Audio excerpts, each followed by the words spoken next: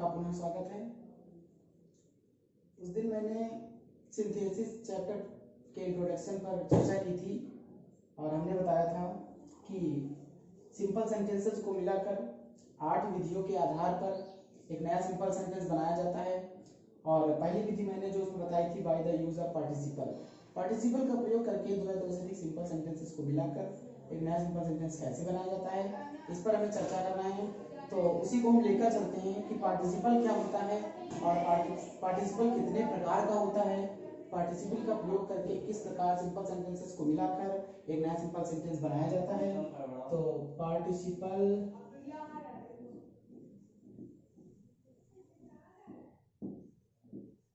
Participle को हिंदी में कृदंत कहते हैं। कृदंत कहते हैं। पार्टिसिपल एक नॉन फाइनाइट वर्ब होती है, नॉन फाइनाइट वर्ब होती है, नॉन फाइनाइट वर्ब होती है।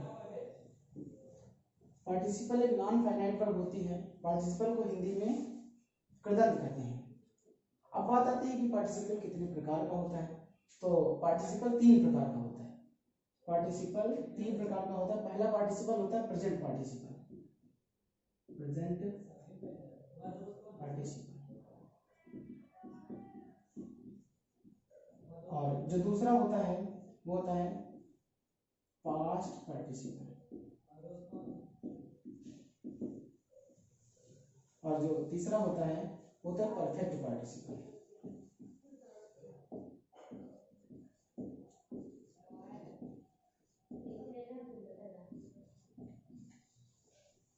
तो अब हमें जानना है कि प्रेजेंट पार्टिसिपल क्या होता है, पास्ट पार्टिसिपल क्या होता है और परफेक्ट पार्टिसिपल क्या होता है। तो जो मेन वर्ब होती है, मेन वर्ब की कुल 5 अवस्थाएं होती हैं। तो जो उसमें 4th फॉर्म होती है आईएनजी फॉर्म, आईएनजी फॉर्म को ही हम प्रेजेंट पार्टिसिपल कहते हैं। मुख्य क्रिया में आईएनजी फॉर्म जो होती है वो हमारा प्रेजेंट पार्टिसिपल होता है। या आप ऐसे कह सकते हो कि मुख्य क्रिया के फर्स्ट फॉर्म में आईएनजी ऐड करने से 4th फॉर्म बनती है, जिसे हम आईएनजी फॉर्म कहते हैं, वही हमारा प्रेजेंट पार्टिसिपल होता है। तो वर्ब की फर्स्ट फॉर्म में आईएनजी ऐड करने से क्या बनता है, पार्टिसिपल। कौन सा participle, present participle, present participle. ठीक है, चलिए कोई दिक्कत नहीं। पास्ट पार्टिसिपल क्या होता है, मुख्य क्रिया का थर्ड फॉर्म, मुख्य क्रिया का थर्ड फॉर्म जो होता है वो पास्ट पार्टिसिपल होता है।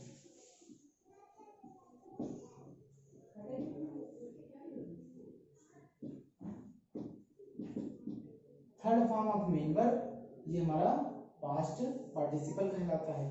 Perfect participle, perfect participle having plus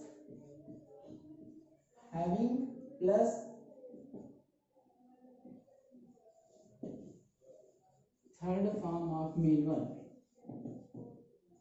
having plus third form of main verb हमारा परफेक्ट पार्टिसिपल कहलाता है।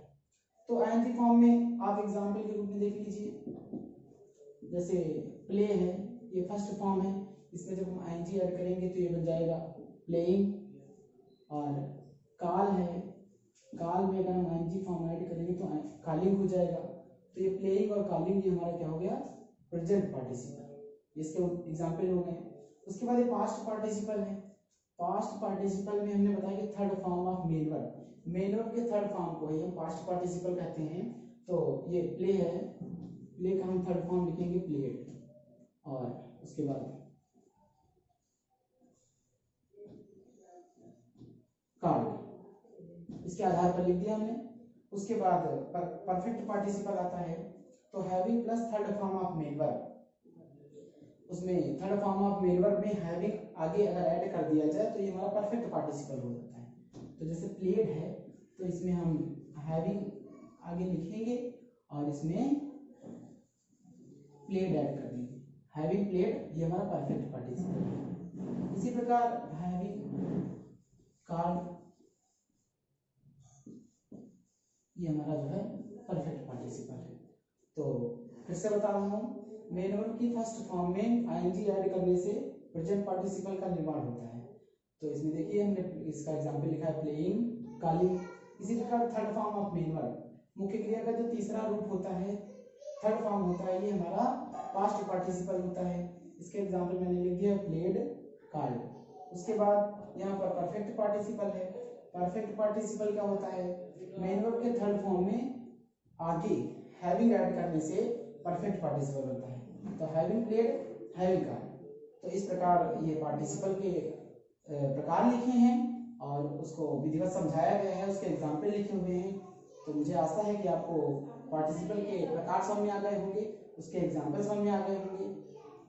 आगे हम अब बताने वाले हैं कि प्रेजेंट पार्टिसिपल का प्रयोग करके दो या दो से अधिक सिंपल सेंटेंसेस को मिलाकर एक नया सिंपल सेंटेंस कैसे बनाया जाता है। तो आगे देखिए,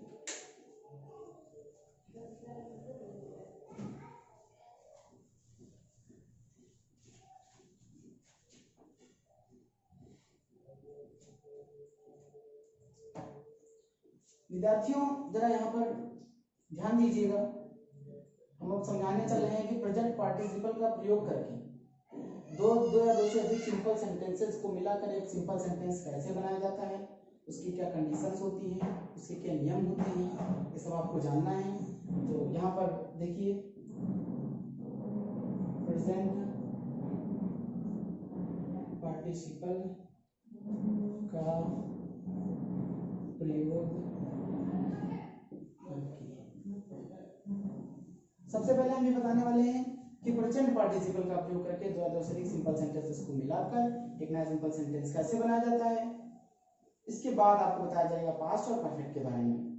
तो वर्ब की फर्स्ट फॉर्म में आईएनजी ऐड करने से हमारा क्या बनता है, प्रेजेंट पार्टिसिपल।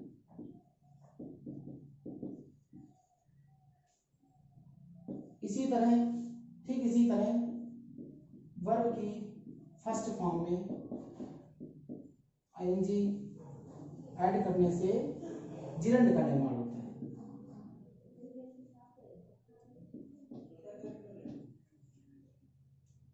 तो फिर से देख लीजिए, वर्ब की फर्स्ट फॉर्म में आईएनजी ऐड करने से प्रेजेंट पार्टिसिपल का निर्माण होता है।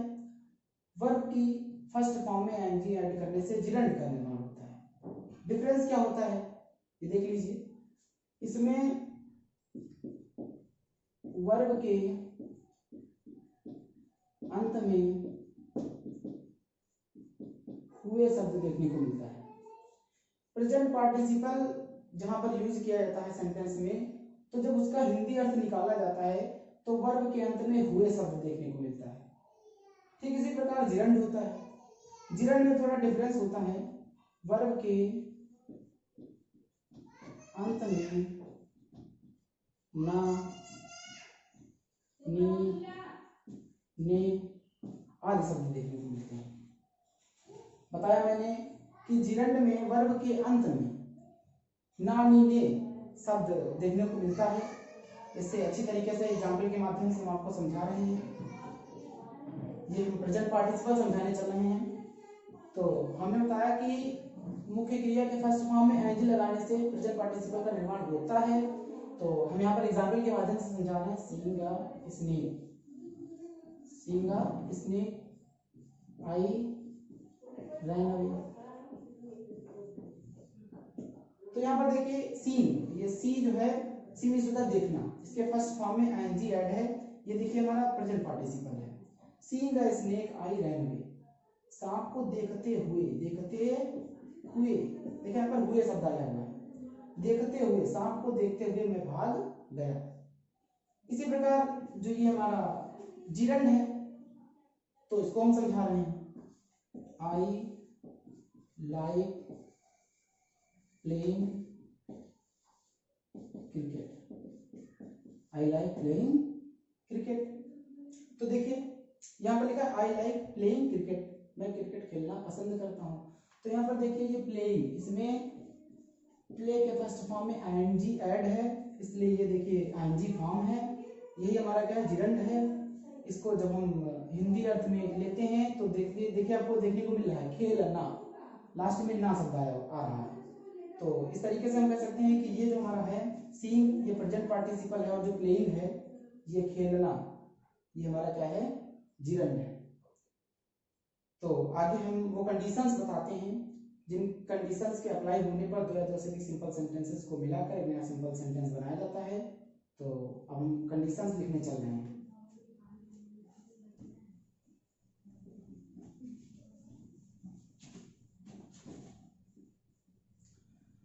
तो विद्यार्थियों थोड़ा ध्यान दीजिएगा, बहुत ही इम्पोर्टेंट चीज है और बहुत ही अच्छी तरीके से सुनकर समझने वाली चीज है। तो अच्छी तरीके से सुने, अच्छे श्रोता बने, तभी अच्छा ज्ञान अर्जित होगा।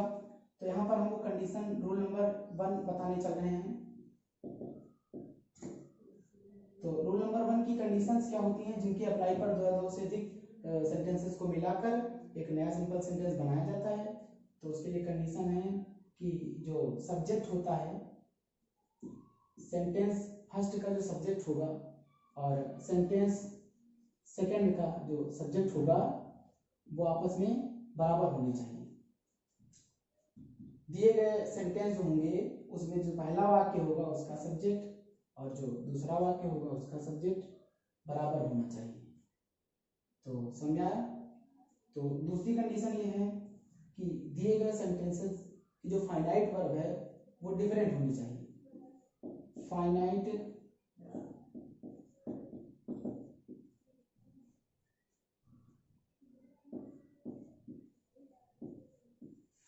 वर्ब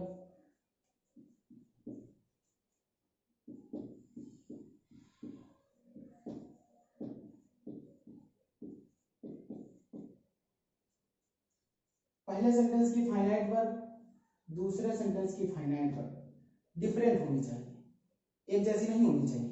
अगर फाइनाइट वर्ब दोनों सेंटेंसेस की एक जैसी है तो कंडीशन नहीं अप्लाई होगी, तो फिर प्रेजेंट पार्टिसिपल का प्रयोग करके सेंटेंस को सिंपल सेंटेंस नहीं बनाया जा सकता है। तीसरी कंडीशन है कि दिए गए सेंटेंसेस में टाइम इंटरवल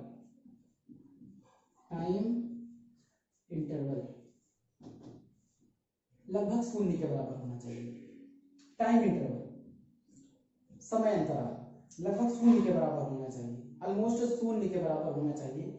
मतलब कि पहले वाक्य में कार्य जो हो रहा है उस एक तरफ समाप्त हो, दूसरे वाक्य का कार्य प्रारंभ हो जाए। एक तरफ पहले सेंटेंस का कार्य समाप्त ना हो पाए कि दूसरे सेंटेंस का कार्य प्रारंभ हो जाए, इसे कहते हैं समयांतराल। तो दोनों सेंटेंसेस में समयांतराल लगभग 0, एक सेंटेंस का कार्य खत्म हो और दूसरे सेंटेंस का कार्य तुरंत ही प्रारंभ हो जाए, तो इसे कहते हैं समयांतराल। समयांतराल लगभग 0, ऑलमोस्ट 0 के बराबर होगा, तब ही प्रेजेंट पार्टिसिपल का प्रयोग करके दो या दो से अधिक सिंपल सेंटेंसेस को मिलाकर एक नया सिंपल सेंटेंस बना सकते हैं। यही कंडीशन अगर अप्लाई हो रही है, फाइनाइट वर्ब डिफरेंट हैं, सब्जेक्ट सेम है, समयांतराल अगर 0 नहीं है, मतलब एक सेंटेंस में कार्य हो रहा है, उसके कुछ समय बाद दूसरे सेंटेंस में कार्य होएगा, तो इसका मतलब हो जाएगा कि समयांतराल 0 नहीं है। उस कंडीशन में आप प्रेजेंट पार्टिसिपल का प्रयोग नहीं करेंगे, हैविंग प्लस थर्ड फॉर्म अर्थात परफेक्ट पार्टिसिपल का प्रयोग करेंगे। उसको आपको परफेक्ट पार्टिसिपल वाले टॉपिक में बताया जाएगा। इसमें फिलहाल 3 कंडीशंस हैं कि पहले सेंटेंस का सब्जेक्ट जो होगा दूसरे सेंटेंस का सब्जेक्ट होगा वो आपस में बराबर होना चाहिए, और जो फाइनाइट वर्ब है पहले सेंटेंस की फाइनाइट वर्ब दूसरे सेंटेंस की फाइनाइट वर्ब बराबर नहीं होनी चाहिए, डज नॉट इक्वल। और तीसरी कंडीशन है दिए गए सेंटेंसेस के मध्य समयांतराल ऑलमोस्ट 0 होना चाहिए, मतलब कि एक सेंटेंस में कार्य समाप्त हुआ हो और जस्ट तुरंत ही दूसरे सेंटेंस में कार्य प्रारंभ हो जाए, तो तभी ये कंडीशन अप्लाई होने पर दो या दो से अधिक सिंपल सेंटेंसेस को मिलाकर एक नया सिंपल सेंटेंस बनाया जा सकता है। तो ये हमारा रूल खत्म हुआ है। अब हम एग्जाम्पल की सहायता से आपको समझाने का प्रयास कर रहे हैं। तो देखिए जैसे लिखा है, उससे पहले हम ये समझाना चाहते हैं कि ये फाइनाइट वर्ब क्या होता है। फाइनाइट वर्ब, तो विद्यार्थियों वर्ब जो हमारी होती है, वर्ब हमारी 2 प्रकार की होती है, एक तो फाइनाइट वर्ब होती है, दूसरी नॉन फाइनाइट वर्ब होती है।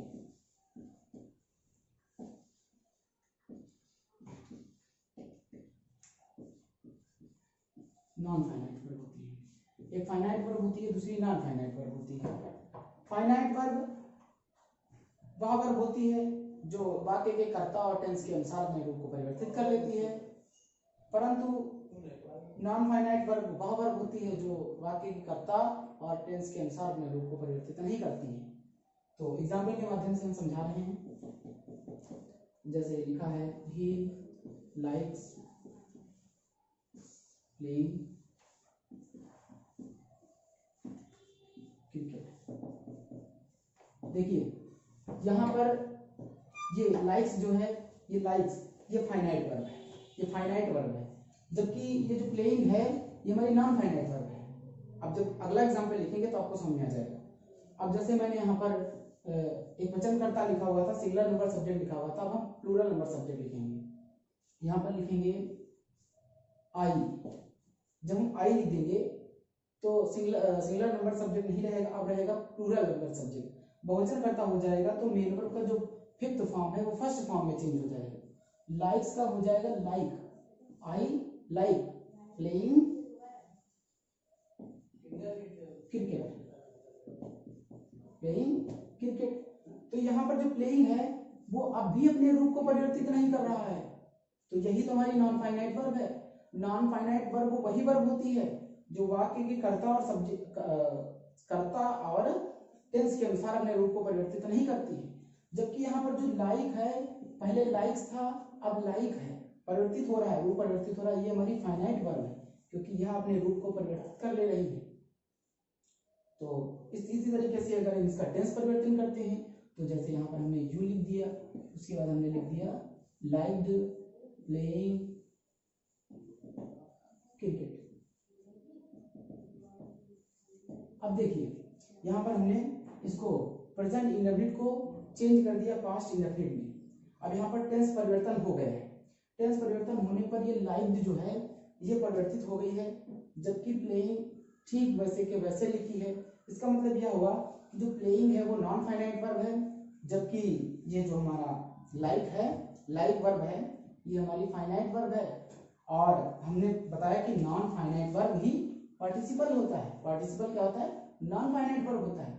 तो यहाँ पर अब एक चीज सीख लीजिए कि नॉन फाइनाइट वर्ब में पार्टिसिपल आता है, जिरंड आता है और इन्फिनिटिव आता है। पार्टिसिपल आता है, जिरंड आता है, इन्फिनिटिव आता है। नॉन फाइनाइट वर्ब में पार्टिसिपल, जिरंड और इन्फिनिटिव देखने को मिलता है। अब एग्जाम्पल के माध्यम से हम आपको समझाने का प्रयास कर रहे हैं। फिर से देख लीजिए, सब्जेक्ट दोनों सेंटेंस के समान होने चाहिए, दोनों सेंटेंस की फाइनाइट वर्ब अलग अलग होनी चाहिए और दोनों सेंटेंस में टाइम इंटरवल, समय अंतराल ऑलमोस्ट 0 के बराबर होना चाहिए। एक कार्य सही से समाप्त ना हो कि दूसरा कार्य प्रारंभ हो जाए। एग्जाम्पल के माध्यम से देखिए,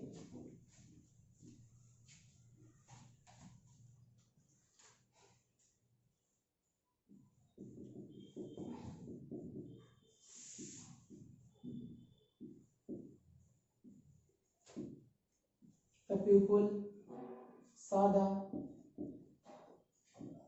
flames.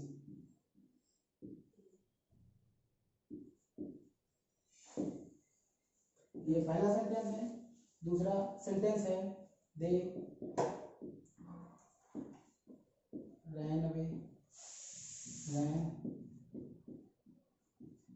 towards the burning house. लिखा है the people saw the flames, लोगों ने ज्वालाओं को देखा। they ran towards the burning house, वे जलते हुए घर की तरफ दौड़े। तो यहाँ पर देखिए, जैसे ही लोग ज्वालाओं को देखेंगे तुरंत ही दौड़ने लगेंगे। जैसे ही लोग ज्वालाओं को देखेंगे तुरंत ही दौड़ने लगेंगे। मतलब कि एक सेंटेंस का कार्य खत्म नहीं हो पा रहा है कि दूसरे सेंटेंस का कार्य प्रारंभ हो जा रहा है। और यहाँ पर देखिए द पीपुल लिखा है, ये इस सेंटेंस का सब्जेक्ट द पीपुल है, जबकि दूसरे सेंटेंस का सब्जेक्ट जो है वो दे। तो जो द पीपुल है वही दे। द पीपुल बहुवचन में। एक चीज ध्यान से सुनिए, पीपुल जो अगर पीपुल लिखा होता तो ये एक वचन हो जाता, और इसके पहले हम दा लगा लेते हैं तो ये बहुवचन हो जाता है। प्लूरल फॉर्म में लिखा हुआ है। द पीपुल मीन्स होता है लोगों, और पीपुल मीन्स होता है लोग। यहाँ पर लिखा है दे, दे बहुत से लोगों के लिए प्रयोग किया जाता है। तो सब्जेक्ट यहाँ पर सेम। फाइनाइट वर्ब यहाँ पर इस सेंटेंस में फाइनाइट वर्ब सा है, जबकि इस सेंटेंस में फाइनाइट वर्ब रैन है। तो फाइनाइट वर्ब डिफरेंट है। और मैंने पहले ही बता दिया कि दोनों सेंटेंस में टाइम इंटरवल ऑलमोस्ट 0 है। एक कार्य सही से समाप्त नहीं हो पा रहा है कि दूसरा कार्य प्रारंभ हो जा रहा है। तो इसको हम सिंपल बनाने चल रहे हैं। तो हम बता रहे थे कि प्रेजेंट पार्टिसिपल का प्रयोग करके सेंटेंसेस को मिलाकर एक सिंपल सेंटेंस बनाना है। तो यहाँ पर प्रेजेंट पार्टिसिपल हम किसको बनाएंगे? अब बात आती है कि फाइनाइट वर्ब पहले सेंटेंस में है, फाइनाइट वर्ब दूसरे सेंटेंस में है। तो हाँ बात आती है कि प्रेजेंट पार्टिसिपल हम किसको बनाएंगे? तो इसका आंसर यह है कि प्रेजेंट पार्टिसिपल हम उस सेंटेंस की वर्ब को बनाएंगे जिसमें कार्य पहले हो रहा है। अब पहले किसमें कार्य हो रहा है ये हमें अर्थ निकाल कर देखना है। पहले ही लोग ज्वालाओं को देखेंगे तभी भागेंगे, अगर देखेंगे नहीं तो भागेंगे नहीं, जब वो देखेंगे तभी तो भागेंगे। जिसमें कार्य पहले हो रहा है, जिस वाक्य में कार्य पहले हो रहा है, लिखे हुए आधार पर नहीं। ऐसा हो सकता है कि सेंटेंस में कार्य, जिस सेंटेंस में कार्य पहले हो रहा है वो सेंटेंस बाद में लिखा हो, और जिस सेंटेंस में कार्य बाद में हो रहा है वो सेंटेंस पहले लिखा हो। तो लिखे हुए आधार पर आप यह नहीं आकलन कर सकते हो कि सेंटेंस पहला वाला ही पहला है। जिस सेंटेंस में कार्य पहले होगा वह सेंटेंस पहला होगा, और जिस सेंटेंस में कार्य बाद में होगा वह सेंटेंस बाद में होगा। तो यहाँ पर देखिए इस सेंटेंस में पहले सेंटेंस वाली वर्ब ही कार्य को शो कर रही है, पहले कार्य इसी सेंटेंस से हो रहा है, इसीलिए इस वर्ब को ही प्रेजेंट पार्टिसिपल बनाएंगे। यहाँ पर देखिए सी का सेकंड फॉर्म होता है सा, तो सी में हम क्या करेंगे? आईएनजी ऐड करेंगे, आईएनजी ऐड करेंगे, सीइंग हो जाएगा, seeing the flames, seeing the flames. यहाँ पर देखिए ये नाउन आ चुका, हमारा नाउन आ चुका, यहाँ पर ये प्रोनाउन है। तो नियम यह होता है कि जब पहले सेंटेंस में नाउन आ जाता है और दूसरे सेंटेंस में प्रोनाउन आता है, तो हमें पहले सेंटेंस में जो नाउन होता है उसको लिखना होता है। तो यहाँ पर हम कॉमा लगाएंगे, the people towards,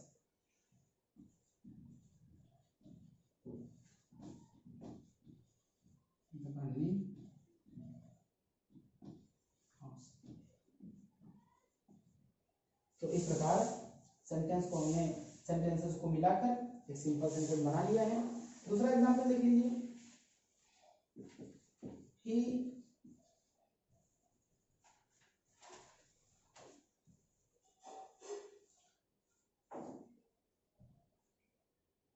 the magician to pity on the rat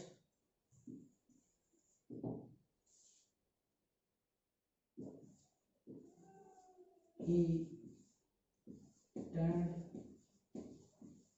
it into a cat।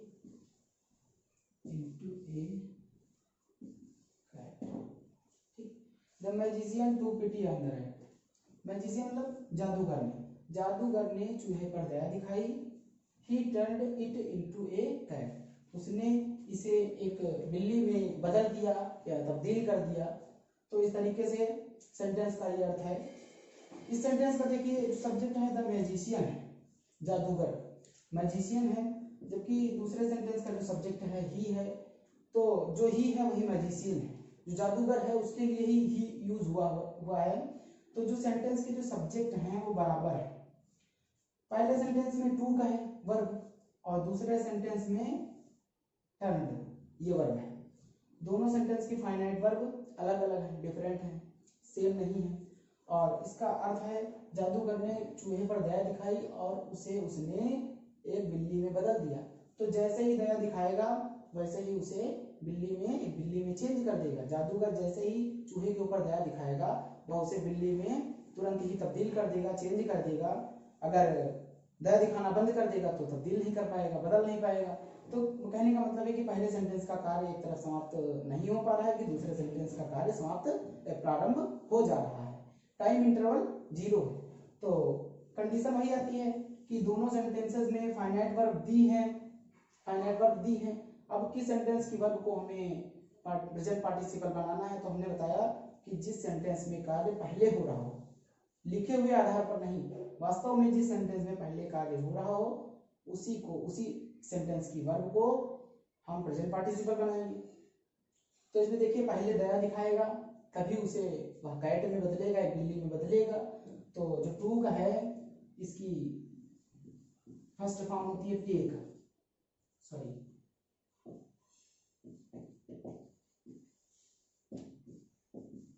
Take, और यहाँ से ई हटा देंगे तो हम एनजी ऐड कर देंगे, टेकिंग, ये प्रेजेंट पार्टिसिपल बन गया है।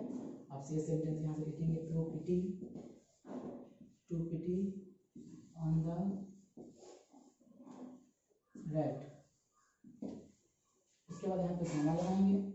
यहाँ पर देखिए द मैजिशियन लिखा है, नाउन है, ये प्रोनाउन है। तो हमने बताया कि पहले सेंटेंस में अगर नाउन आता है तो नाउन लिखा जाएगा, दूसरे सेंटेंस में प्रोनाउन आता है तो उसे नहीं लिखा जाएगा। तो द मैजिशियन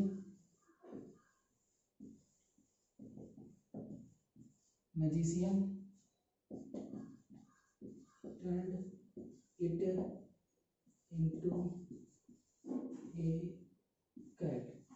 तो देखिए हमने बताया था कि प्रेजेंट पार्टिसिपल क्या होता है, वर्ब के फर्स्ट फॉर्म में आईएनजी ऐड करने से प्रेजेंट पार्टिसिपल बनता है। उसके बाद मैंने बताया कि कंडीशंस क्या क्या होती हैं।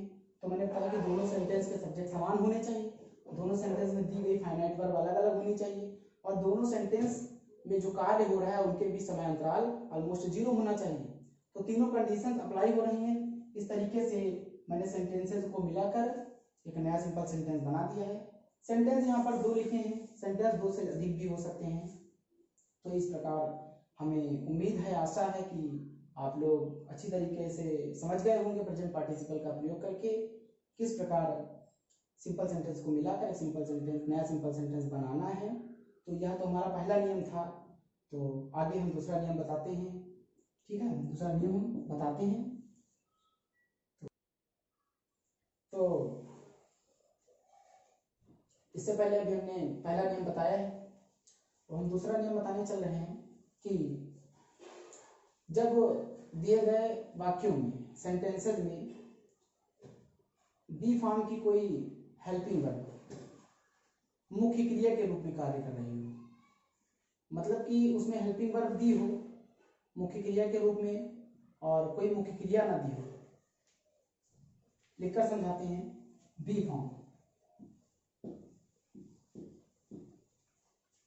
फॉर्म की हेल्पिंग वर्ब होती है is, am, are, was, were. ये बी फॉर्म की हेल्पिंग वर्ब है। बी फॉर्म की helping verb is, am, are, was, were, ये जब मुख्य क्रिया मेन वर्ब के रूप में कार्य कर रही हो,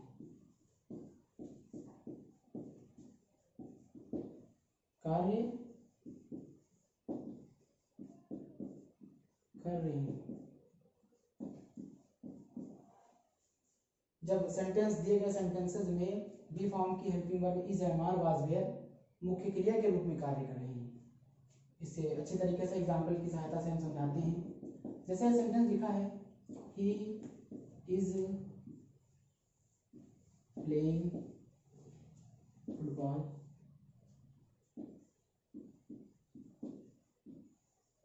ये लिखा है ही इज प्लेइंग फुटबॉल, और नीचे लिखा है he is a good player. देखिए पहले में लिखा है ही इज प्लेइंग फुटबॉल, वो फुटबॉल खेल रहा है, जबकि लिखा है दूसरे में he is a good player, वह एक अच्छा खिलाड़ी है। तो यहाँ पर ये इज जो है हेल्पिंग वर्ब है और ये जो प्लेइंग है ये मेन वर्ब है, क्योंकि वास्तव में इस सेंटेंस में कार्य हो रहा है, ये मुख्य क्रिया है जबकि ये हेल्पिंग वर्ब है। दूसरे सेंटेंस में कोई भी मेन वर्ब नहीं है, केवल हेल्पिंग वर्ब है, लेकिन यह हेल्पिंग वर्ब मेन वर्ब का कार्य कर रही है।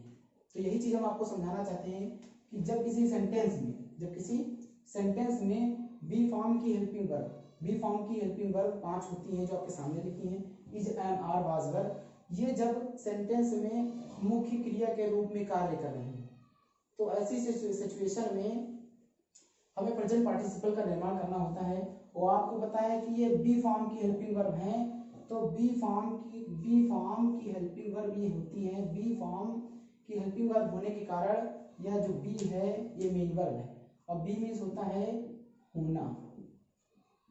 इसका प्रेजेंट पार्टिसिपल बीइंग होता है, प्रेजेंट पार्टिसिपल बीइंग होता है। तो ऐसे सेंटेंसेस में बी फॉर्म को प्रेजेंट पार्टिसिपल में चेंज करके आगे वाले सेंटेंस को जोड़ देना होता है। तो इससे अच्छी तरीके से एग्जाम्पल से हम समझाते हैं। जैसे लिखा है राम इज इल, दूसरा सेंटेंस लिखा है he can not go to school. तो देखिए इसमें भी सेंटेंस में जो सब्जेक्ट हैं वो समान है, राम है नीचे ही है। पहले का सेंटेंस का जो कर्ता है वो राम है, दूसरे सेंटेंस का कर्ता ही है। तो जो राम है वही ही है, राम के लिए ही यूज हुआ है। तो इस तरीके से जो सेंटेंस के सब्जेक्ट्स हैं वो सेम है। इसमें देखिए जो वर्ब है इज, वो मेन वर्ब के रूप में कार्य कर रही है। राम बीमार है, मतलब कि इसमें कोई कार्य नहीं हो रहा है। तो हमने बताया कि जिस सेंटेंस में बी फॉर्म की हेल्पिंग वर्ब मुख्य क्रिया के रूप में कार्य कर रही हो, इस सेंटेंस में इज जो है वो मुख्य क्रिया के रूप में कार्य कर रही है। जबकि दूसरे जो सेंटेंस में लिखा है he can not go to school, वह स्कूल नहीं जा सकता है। तो ऐसे सेंटेंसेस में बी फॉर्म की हेल्पिंग वर्ब होने पर उसे प्रेजेंट पार्टिसिपल में चेंज किया जाता है। तो क्या लिखेंगे यहाँ पर, इज के लिए हम लिखेंगे बीइंग इल। यहाँ पर is am are was were, कोई भी वर्ब होगी, ए टू जेड 5 वर्ब्स में कोई भी वर्ब्स होगी, यहाँ पर कोई भी वर्ब होगी is am are was were में, तो हम उसको बीइंग में चेंज करेंगे, क्योंकि ये बी फॉर्म की सारी हेल्पिंग वर्ब होती हैं, और बी की जो प्रेजेंट पार्टिसिपल होता है ये होता है बीइंग। तो यहाँ पर बीइंग लिखेंगे बीइंग इल, उसके बाद कॉमा लगाएंगे, यहाँ पर लिखेंगे he can not go to school. तो उसके बाद दूसरा एग्जाम्पल है, लिखा है, दूसरा एग्जाम्पल समझ लीजिए, लिखा हुआ है कि he was hungry। दूसरा लिखा है he took his food। he was hungry, वह भूखा था। he took his food, उसने अपना भोजन ग्रहण किया। तो यहाँ पर देखिए जो पहले सेंटेंस का कर्ता है वो ही है, दूसरे सेंटेंस का कर्ता जो है वो ही है। तो हम यहाँ पर ये कह सकते हैं कि सेंटेंस के सब्जेक्ट्स आपस में बराबर हैं। पहले सेंटेंस में मुख्य क्रिया बी फॉर्म की हेल्पिंग वर्ब दी है, तो यहाँ पर हम प्रेजेंट पार्टिसिपल का निर्माण करेंगे। तो इसे किस प्रकार सिंपल बनाते हैं देख लीजिए। तो इसके हिसाब से हम बी का यूज करेंगे, बी हंगरी, उसके बाद यहाँ पर ही लिख लेंगे, ही टूक हिज फूड। तो देख लीजिए यहाँ पर वाज वर्ब आई हुई थी, इसलिए हमने यहाँ पर प्रेजेंट पार्टिसिपल बी लिखा है। यह कंडीशन तभी अप्लाई होगी जब बी फॉर्म की हेल्पिंग वर्ब पांचों वर्ब मुख्य क्रिया के रूप में कार्य कर रही होगी, तभी यह कंडीशन अप्लाई होगी। तो ये हमारा दूसरा नियम था। तो दूसरा नियम था, ये आपको समझ में आ गया होगा। तो देखिए इससे पहले हम 2 नियम पढ़ा चुके हैं, अब तीसरा नियम बताने चल रहे हैं। तीसरा नियम थोड़ा एक्सेप्शन टाइप रूल है, अपवादी नियम है, इसमें थोड़ा अपवाद है, इसे कायदे से समझना है। तीसरा नियम है कि जो सेंटेंस फर्स्ट होगा और जो सेंटेंस सेकंड होगा, जो सेंटेंस फर्स्ट होगा और जो सेंटेंस सेकंड होगा, तो सेंटेंस फर्स्ट में जो ऑब्जेक्ट होगा वही सेंटेंस सेकंड में सब्जेक्ट होगा। सेंटेंस फर्स्ट में जो ऑब्जेक्ट होगा वही सेंटेंस सेकंड में सब्जेक्ट होगा। दूसरा है कि दूसरे वाक्य में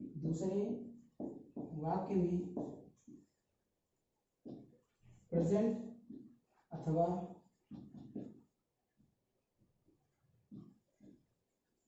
पास्ट पार्टिसिपल का प्रयोग हुआ होगा। तो पहले बताया कि सेंटेंस जो फर्स्ट होगा तो उसमें जो ऑब्जेक्ट होगा वही दूसरे सेंटेंस में सब्जेक्ट होगा।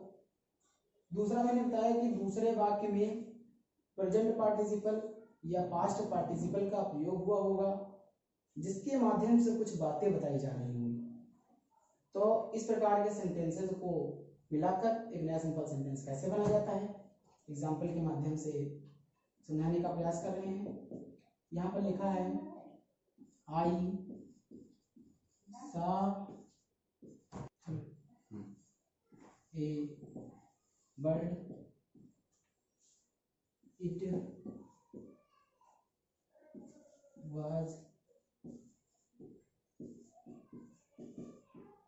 sitting on a tree।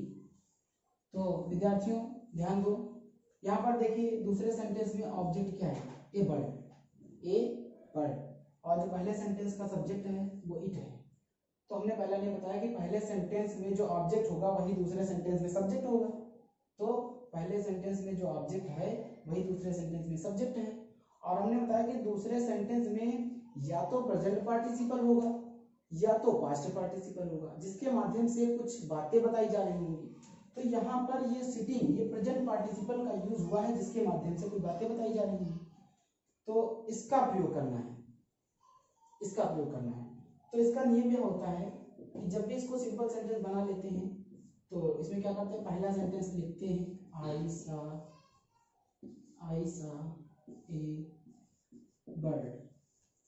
A bird. तो ऐसे सेंटेंस कैसे ऐड करते हैं, आई सा ए बर्ड। उसके बाद जो हमारा पार्टिसिपल होता है, जो भी पार्टिसिपल होता है उस पार्टिसिपल को यहाँ पर लिखते हैं सिटिंग, और जो बाकी अदर वर्ड्स बचे वो लिख लिए जाते हैं ऑन ट्री। तो इस प्रकार आई saw a bird sitting on tree. तो इस तरीके से सेंटेंस बन गया। तो पहला नियम मैंने बताया, तीसरा नियम मैंने बताया कि सेंटेंस जो फर्स्ट है उसमें ऑब्जेक्ट जो होगा वही दूसरे सेंटेंस में सब्जेक्ट होगा, और दूसरे सेंटेंस में प्रेजेंट अथवा पास्ट पार्टिसिपल का प्रयोग हुआ होगा और उसके द्वारा कोई बातें बताई जा रही होंगी। तो मैंने पहला सेंटेंस लिखा I saw a bird it was sitting on tree. मैंने एक पक्षी को देखा, वह पेड़ पर बैठा था। इसको हमने ऐड कर दिया। तो हमने बताया कि पहला सेंटेंस पूरा उतार लिया था आई सा ए बर्ड। उसके बाद जो पार्टिसिपल दूसरे सेंटेंस में आया वो होता है उसको लिखते हुए बाकी के अदर वर्ड्स लिख लिए जाते हैं। तो sitting on tree.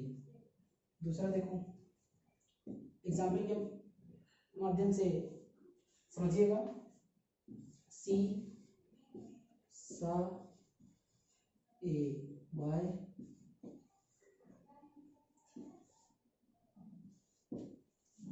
he was weeping।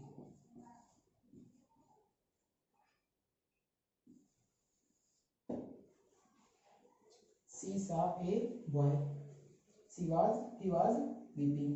उसने एक लड़के को देखा, he was weeping, वह रो रहा था। तो इसमें भी प्रेजेंट पार्टिसिपल का प्रयोग हुआ है। यहाँ पर देखिए ए बॉय, ये सेंटेंस का ऑब्जेक्ट है जबकि इस सेंटेंस का सब्जेक्ट ही है। तो जो ए बॉय है वही ही है। तो दूसरे सेंटेंस का जो ऑब्जेक्ट है वो पहले सेंटेंस का सब्जेक्ट है। तो ऐसे सेंटेंस में दूसरे सेंटेंस में प्रेजेंट पार्टिसिपल का प्रयोग हुआ है। तो प्रेजेंट पार्टिसिपल के बाद जब अन्य वर्ड नहीं लिखे जाते हैं तो इस प्रेजेंट पार्टिसिपल को लाकर ऑब्जेक्ट से पहले रख देते हैं, ऑब्जेक्ट से पहले। तो ये थोड़ा पहले वाले से भिन्न है, थोड़ा सा डिफरेंट है। उसमें प्रेजेंट पार्टिसिपल के बाद अदर वर्ड लिखे थे, इसलिए पहला सेंटेंस लिखने के बाद प्रेजेंट पार्टिसिपल का प्रयोग हुआ, उसके बाद शेष वर्ड्स लिख दिए गए, अदर वर्ड्स लिख दिए गए हैं। लेकिन इसमें पार्टिसिपल के बाद कोई भी वर्ड नहीं है, अदर वर्ड्स नहीं है। इस सिचुएशन में हमको क्या करना है कि पहला सेंटेंस लिखेंगे, ऑब्जेक्ट तक नहीं लिखेंगे, वर्ब तक लिखेंगे, उसके बाद जो पार्टिसिपल होगा ऑब्जेक्ट के पहले लिख लिया जाएगा। तो इसको हम बनाएंगे,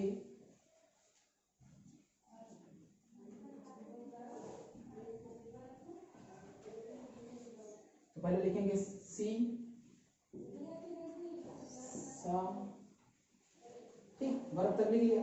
उसके बाद हम ऑब्जेक्ट नहीं लिखेंगे, प्रेजेंट पार्टिसिपल का प्रयोग करेंगे, वीपिंग ए वीपिंग बॉय। तो इस प्रकार देखिए सी सा ए वीपिंग बॉय, उसने रोते हुए लड़के को देखा। तो इस प्रकार पार्टिसिपल का प्रयोग करके, प्रेजेंट पार्टिसिपल का प्रयोग करके 3 नियम मैंने बताए, वो आपको अच्छी तरीके से समझ में आ गए होंगे। मैं आशा करता हूँ कि आपको वीडियो अच्छा लगा होगा।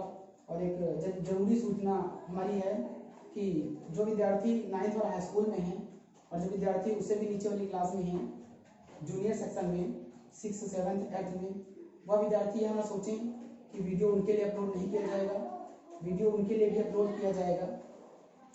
ये अभी मैंने इंटरमीडिएट क्लास के लिए वीडियो अपलोड किया है, तत्पश्चात हम 9th हाई स्कूल का वीडियो अपलोड करेंगे, और उसके बाद 6th 7th 8th वालों को भी मौका दिया जाएगा, उनके लिए भी वीडियो अपलोड किया जाएगा। और मेरा आशीर्वाद है आप सभी लोगों के साथ कि आप घर पे रहें, सुरक्षित रहें, पढ़ते रहें, मुस्कुराते रहें और पढ़ते रहें, सेल्फ स्टडी करते रहें, अपना जो कीमती समय है उसको बर्बाद ना करें। चैनल को सब्सक्राइब कर लें और वीडियो को शेयर करें। आपस में विद्यार्थी एक दूसरे को शेयर करेंगे, तभी सभी को इसका बेनिफिट मिल पाएगा। धन्यवाद।